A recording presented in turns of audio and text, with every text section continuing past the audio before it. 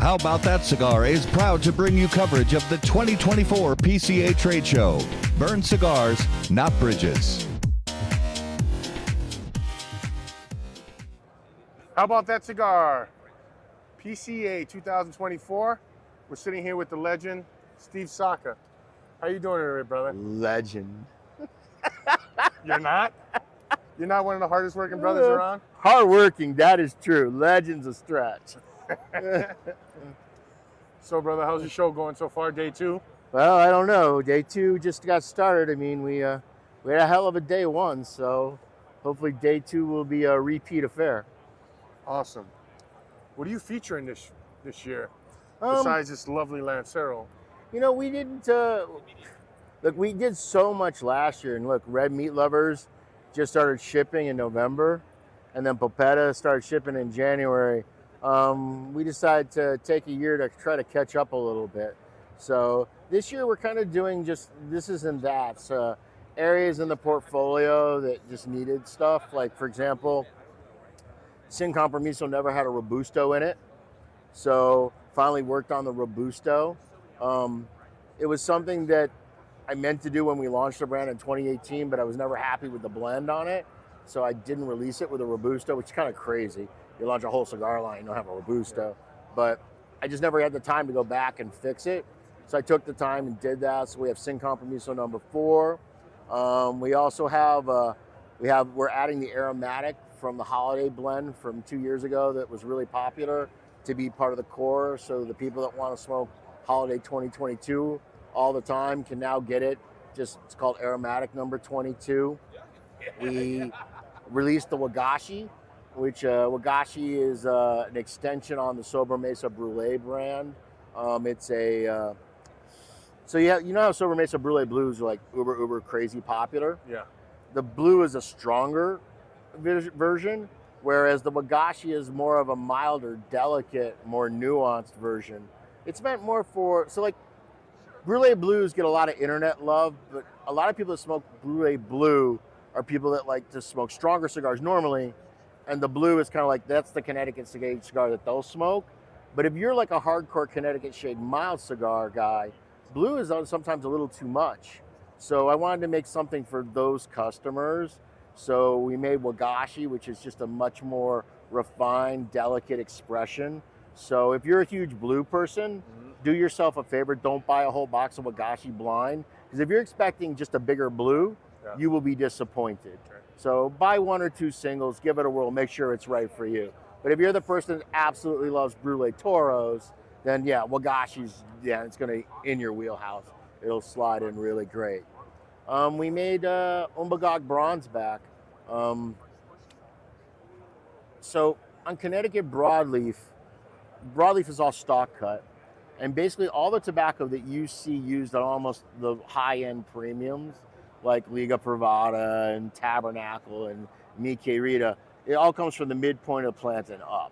And those are classified as mediums. And then some years, if you have a really dry, hot summer, you get something that we call number 1 darks, which will be the top 3 or 4 leaves, but you don't get number 1 darks every year. You only get number 1 darks when the weather cooperates. Beneath that, between the third of the plant and about the halfway point of the plant, is a leaf that we classify as 2LS. 2LS is typically not used on premium handmade cigars. It's typically what ends up happening to it is the manufacturers take it and they cook it in a caldera to get it really super black. And they use that on the inexpensive bundle broadleaf cigars. So like when you see a broadleaf bundle cigar and it costs like $4 a cigar, almost always that's a 2LS that they cook the wrapper on. It ends up super dark, but it also sucks all the flavor out of it. The reason why most manufacturers don't use the 2LS on handmade premium cigars is because it doesn't typically get as dark in color. It isn't as typically pretty, but it has its own unique flavor profile. It has this kind of like spiciness, pepperiness to it. Less of the earth, less of the inherent sweetness, but it has its own character trait to it. And there used to be a handmade brand in the late 80s, early 90s that was made with 2LSs, but it's gone out of style. And it was just something I always wanted to bring back because it's something that I personally enjoy. So we ended up using the 2LSs naturally fermented, not cooked, We're putting that on the Umbagog bronze back.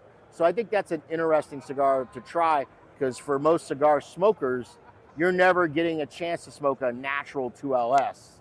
You're only getting a way to smoke a cooked 2LS on the inexpensive products. So I think that's kind of interesting. And then of course we have the Lancero collection. This is a beautiful set. Tell me about you working with Candela. Yeah, I hate it. Candela sucks, Lancero sucks. Put the two together, you got double suck. Knowing you still got this Candela to where it's smokable for your palate. What I will not predispose. I mean, part of the fun of the Lancero collection is that it's 10 unique blends in the box, right? So you have one that you know, the Now Leave Me Alone, which is the first one in the box. Then you have the ones that are numbered 2 through 9.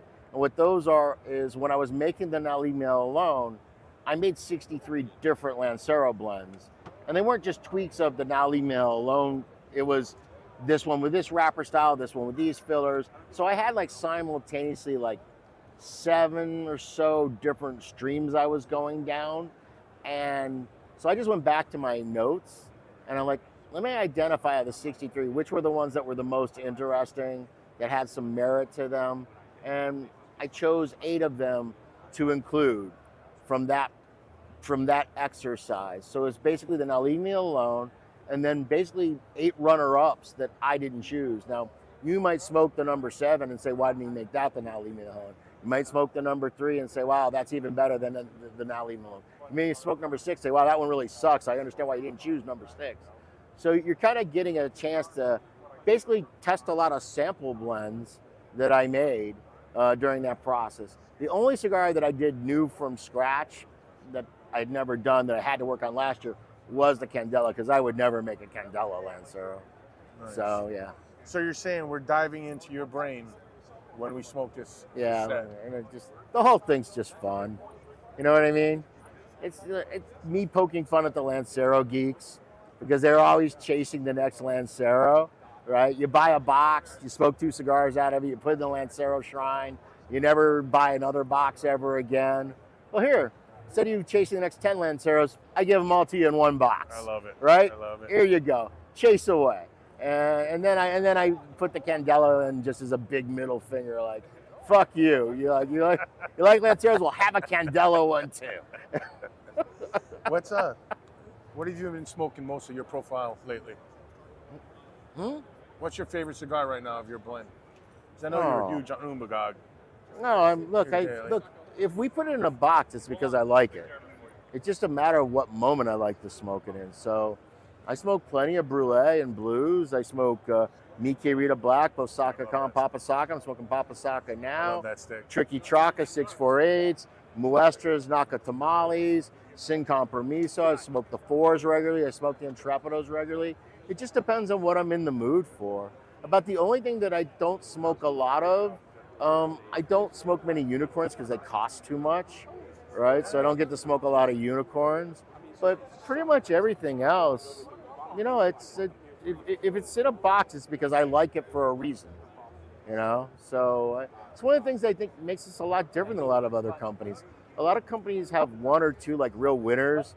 You think of that company name and you think of this cigar or that cigar. I mean, we got a very diverse range of stuff. You know what I mean? So I think we have something there for every consumer. I think the only thing that we don't have, like, really direct, I don't think I have anything for like the super sharp, uber pepper bomby guy, right? The one that wants his head blown off. I don't have that. Like, I have cigars that are strong. I have cigars that are peppery and spicy, but I don't have that one that just like put your dick in the ground kind of cigar. Maybe sometime I will, but I don't tend to smoke a lot of those. You know what I mean? Yeah. So, and it has to do with how I smoke. I smoke 10 cigars a day. I've been smoking 10 cigars a day for 3 decades now. So I like to runner it. I smoke this cigar. I want it to be strong. I want it to be satisfying while I'm smoking it. But when I get to the end of it, I want another cigar. So I don't tend to make those like really crazy, uber strong. And look, there's some companies that do it really, really well. Pepin does it really well.